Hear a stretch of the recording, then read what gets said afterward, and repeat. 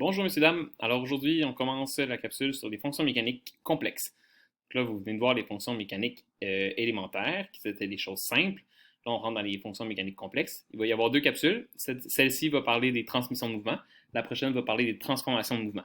Donc, c'est peut-être quelque chose qui vous dit quelque chose, là, transmission, transformation, parce que oui, vous l'avez vu ça aussi en secondaire 2. Une bonne partie, vous l'avez vu en secondaire 2.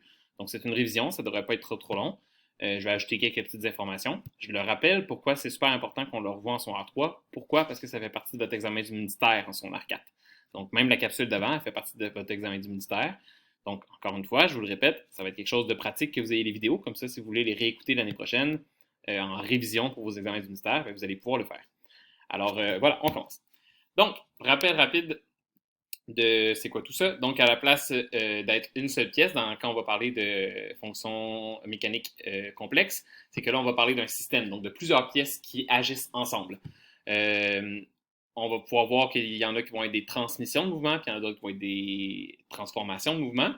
Et dans tout ça, je vais souvent parler d'organe moteur et organe mené. Donc, l'organe moteur, c'est celui qui crée le changement. L'organe mené, c'est celui qui subit le changement. Donc, celui qui va bouger à la fin à cause de l'organe moteur.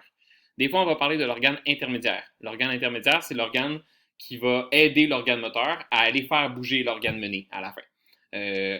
Exemple d'organe moteur, organe mené. Organe moteur sur un vélo. Donc, les pédales en avant vont être l'organe moteur. Et l'organe intermédiaire va être la chaîne qui va venir faire bouger la roue en arrière. Donc, la roue en arrière va être l'organe mené. Donc, mon organe moteur qui sont mes pédales. L'organe intermédiaire, ça va être la chaîne avec les roues à dents. Et l'organe mené va être la roue arrière de mon vélo qui, elle, va tourner à cause de ça. Donc, transmission de mouvement, ben, ça a une fonction qui va consister à transmettre un mouvement d'une pièce à une autre sans en modifier la nature. Donc, si on parle de rotation au début, ben, on va parler de rotation à la fin. Si on parle de translation au début, on va parler de translation à la fin. Vous allez voir que dans les transmissions de mouvement, ce ne sont que des rotations qui sont créées. Donc, on commence avec une rotation et on finit avec une rotation. Donc, l'exemple que je vous donnais, le pédalier d'une bicyclette, quand je fais tourner mes pédales, ça fait tourner ma roue arrière. Alors, premier système, je vais mettre ma face ici, tiens. Premier système qui est le système à roue dentée ou les engrenages. Donc ça, c'est le système de base. Ça va permettre de transmettre un mouvement de rotation, donc comme on le voit ici. Ça peut accélérer ou ralentir grâce à la grosseur des roues. Donc je peux réussir à accélérer un mouvement ou le ralentir. Par exemple, si vous regardez en ce moment sur le GIF qui est ici de l'engrenage, la roue en avant va très vite. Donc mettons que c'est mes pieds qui sont sur le pédalier. Mes roues ici vont très vite. Puis en arrière, on voit que la deuxième roue tourne beaucoup plus lentement. Donc là, je viens de ralentir le mouvement. À l'inverse, si j'avais mis mes pieds sur ça ici, donc si mon pédalier avait été ici, mettons au départ, donc en ce moment, on voit que la roue tourne lentement. Puis là, ce que ça ferait ici, c'est que ça ferait tourner ma roue arrière très rapidement. Donc là, j'aurais accéléré mon mouvement.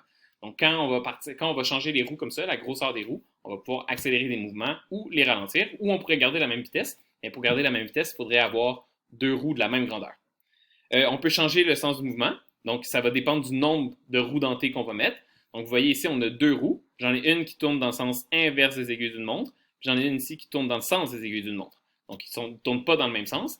Si j'en rajoutais une troisième ici, ben, ma troisième tournerait dans le même sens que celle-ci, que la première. Puis si j'en rajoutais une quatrième, plus loin, ben, ma quatrième tournerait dans le même sens que la deuxième. Donc, les roues impaires tournent dans le même sens. Les roues paires tournent dans le même sens, tournent dans l'autre sens que les roues impaires. Donc, les roues impaires tournent dans le même sens ensemble, puis les roues paires tournent dans le même sens ensemble. Son sens va alterner donc d'une roue à l'autre, comme je viens de le dire. C'est un système qui est très performant. Donc, le système engrenage, c'est très performant parce que les roues, ils glissent pas.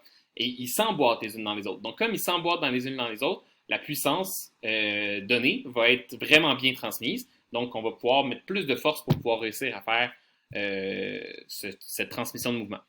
Et ce que ça permet de faire aussi, c'est que ça permet de faire des très petits mécanismes. Donc, par exemple, dans les montres. Dans les montres, on va avoir des très, très, très, très petits systèmes d'engrenage qui vont fonctionner, ce qu'on ne pourrait pas vraiment faire avec d'autres systèmes d'engrenage. Je vous ai mis ici aussi, les engrenages ne sont pas nécessairement dans le même axe. Donc, ici, on a deux axes différents. Donc, on en a une qui est comme ça, puis on en a une qui est comme ça. Donc, j'en ai une qui tourne dans cet axe-ci, mettons l'axe des Y, on va dire. Puis j'en ai une autre qui tourne dans cet axe-là, donc dans l'axe des X. Donc on peut aussi changer les axes grâce à certains engrenages, mais les roues dentées vont être un peu différentes. Comme vous le voyez ici, ils ont un genre de petite vague puis un petit angle à l'intérieur de la roue.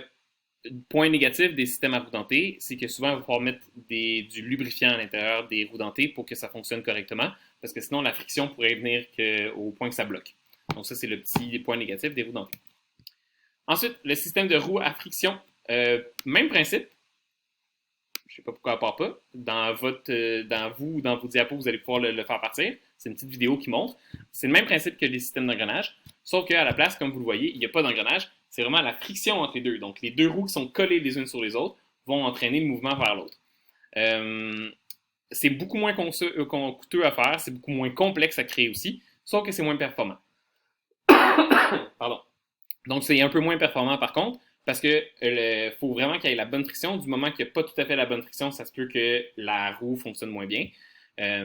Puis l'usure aussi va augmenter sur les roues à friction comme ça.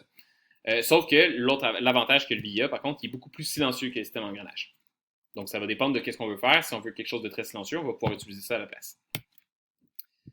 Prochaine diapo. Donc, système maintenant de chaîne et roue dentée. Donc, le système de chaîne et roue dentée, ça, c'est vraiment celui du pédalier d'un vélo. C'est très similaire, encore une fois, au système à roue dentée tout seul. Donc, mais l'avantage, c'est que là, on va pouvoir éloigner les roues. Donc, quand on va pouvoir les éloigner, on rajoute une chaîne entre les deux. Donc, la chaîne ici serait l'organe intermédiaire. Là. Donc, on rajoute la chaîne entre les deux et on va pouvoir entraîner un mouvement de l'organe moteur jusqu'à l'organe mené grâce à la chaîne. L'autre avantage, ça peut être un désavantage, tout dépendant de ce qu'on veut construire, mais l'autre particularité, c'est que quand on utilise un système de chaîne et roues dentées, vous remarquez que les roues dentées tournent exactement dans le même sens. Donc, cette roue-là tourne dans le sens des aiguilles d'une montre et celle-ci aussi tourne dans le sens des aiguilles d'une montre. Du moment que les roues sont à l'intérieur de la chaîne, donc si j'en rajoutais une autre ici, puis si j'en rajoutais une autre ici, par exemple, ils vont toutes tourner dans le même sens. Si par contre, je mets une roue dentée à l'extérieur de la chaîne, donc si j'en mettais une ici, par exemple, elle retournerait dans l'autre sens. Donc, si on est à l'intérieur de la chaîne, on tourne toutes dans le même sens. Si on est à l'extérieur de la chaîne, on va tourner dans l'autre sens. Donc, ça, c'est un avantage ou des désavantage. Encore une fois, donc, je le répète, c'est une particularité qu'on peut aller chercher grâce à ça.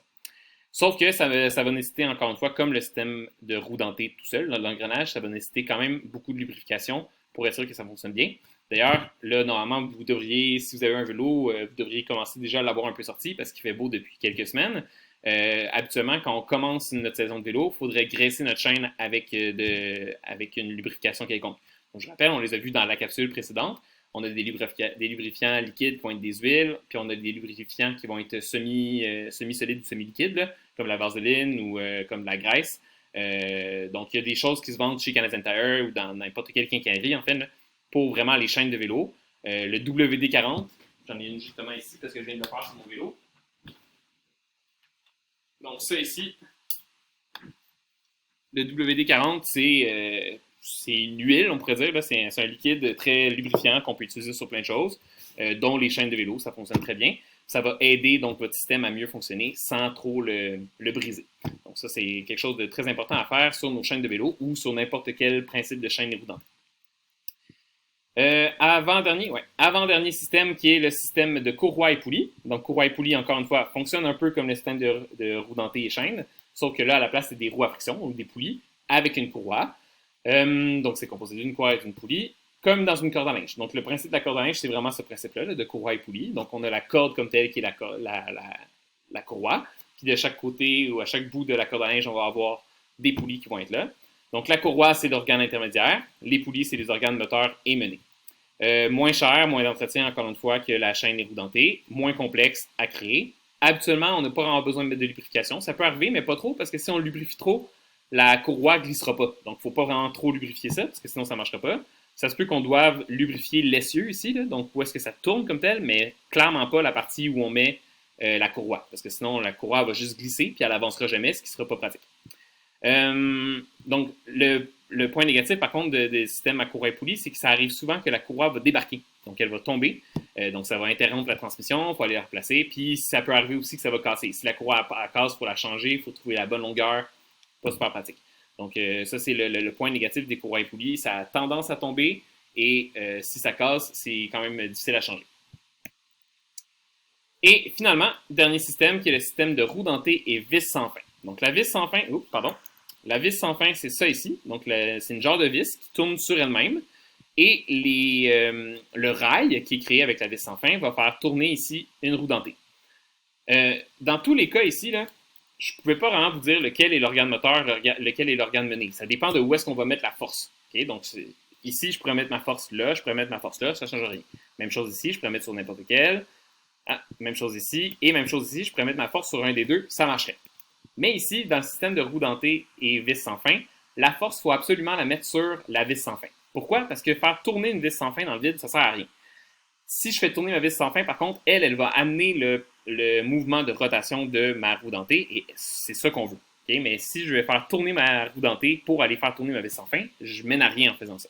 Donc, c'est pour ça que la force va toujours être appliquée sur la vis sans fin.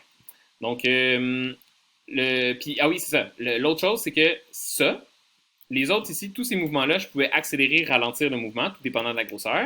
Le principe de la roue dentée et de la vis sans fin, c'est toujours de ralentir le mouvement.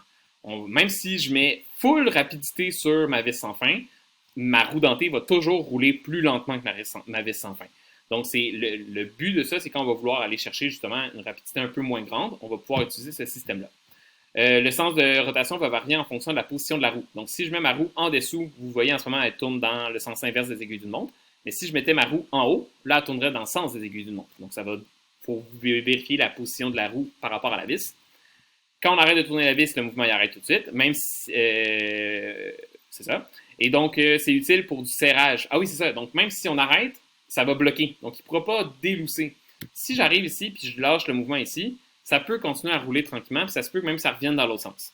Tandis que ici, si j'arrête ma vis sans fin, elle va venir bloquer le mouvement de ma roue dentée. Donc, ça va pouvoir, mettons que je veux serrer quelque chose, ben, quand je vais avoir lâché ma vis sans fin, ça va rester serré. Donc, ça, c'est un gros avantage quand on veut faire des systèmes de serrage. Sauf qu'il est très difficile à construire quand même, parce que ça nécessite quand même beaucoup de minutie, puis il s'use quand même assez facilement. Donc, oui, il faut le lubrifier lui aussi, mais il va s'user un peu plus facilement que les autres. Dernière chose qu'on voit, donc le calcul du changement de vitesse. Donc, est-ce qu'on peut faire que ça roule plus vite au début ou à la fin? Donc, dans chacun des systèmes de roue dentée et vis sans fin, je vous l'ai dit, celui-là, on veut ralentir le mouvement. Donc, la vis sans fin va toujours venir ralentir. Dans un système de roue dentée ou dans un système de roue à friction ou poulie, il faut tout le temps regarder le rapport de grosseur. Donc, une petite roue à friction versus une grosse roue à friction. Puis dans le cas des roues dentées, on va regarder, oui, c'est sûr la grosseur, mais on peut le calculer aussi avec le nombre de dents. Donc, si je reviens ici, si je regarde mon nombre de dents comme tel, donc là, il faudrait que je l'arrête, mais je pense que j'en ai une douzaine sur celle-là, puis j'en ai 24 sur celle-là. Donc, le nombre de dents va m'indiquer la grosseur de ma roue. Et on va faire un rapport. Donc, on va faire le nombre de dents de la roue motrice divisé par le nombre de dents de la roue menée, ou le nombre de dents, le diamètre de la roue motrice divisé par le diamètre de la roue menée. En faisant ces calculs-là, on va pouvoir aller voir c'est quoi le changement de vitesse. Donc, si ma roue motrice elle est plus petite ou qu'elle a moins de dents, la roue menée plus grosse, elle va ralentir. Donc, le mouvement final va être ralenti. Si ma roue motrice elle est plus grande, donc ou plus de dents, et que ma roue menée elle est plus petite, bien, ma roue menée va accélérer et donc mon mouvement va être accéléré. Petit exemple ici. Donc, roue motrice, celle-ci, j'ai 12 dents. Roue menée, celle-là, j'en ai 24. Donc, je fais le rapport. Je fais 12 divisé par 24, ça me donne 0,5. Donc, ça veut dire que la grosse roue va tourner à la moitié de la vitesse de la roue motrice.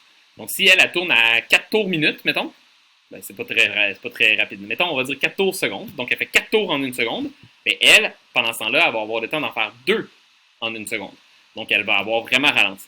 Donc, c'est comme ça qu'on va pouvoir calculer les choses. Donc, en vélo, si tu veux aller plus vite sans forcer, ben, tu mets une grosse roue dentée au niveau de tes pédales, puis tu mets une petite roue dentée en arrière. Fait que toi, tu ne vas pas trop forcer parce que tu vas pouvoir y aller lentement. Mais en arrière, comme on va avoir accéléré le mouvement, ben, ta roue arrière va aller plus vite, puis toi, tu n'auras pas trop à forcer.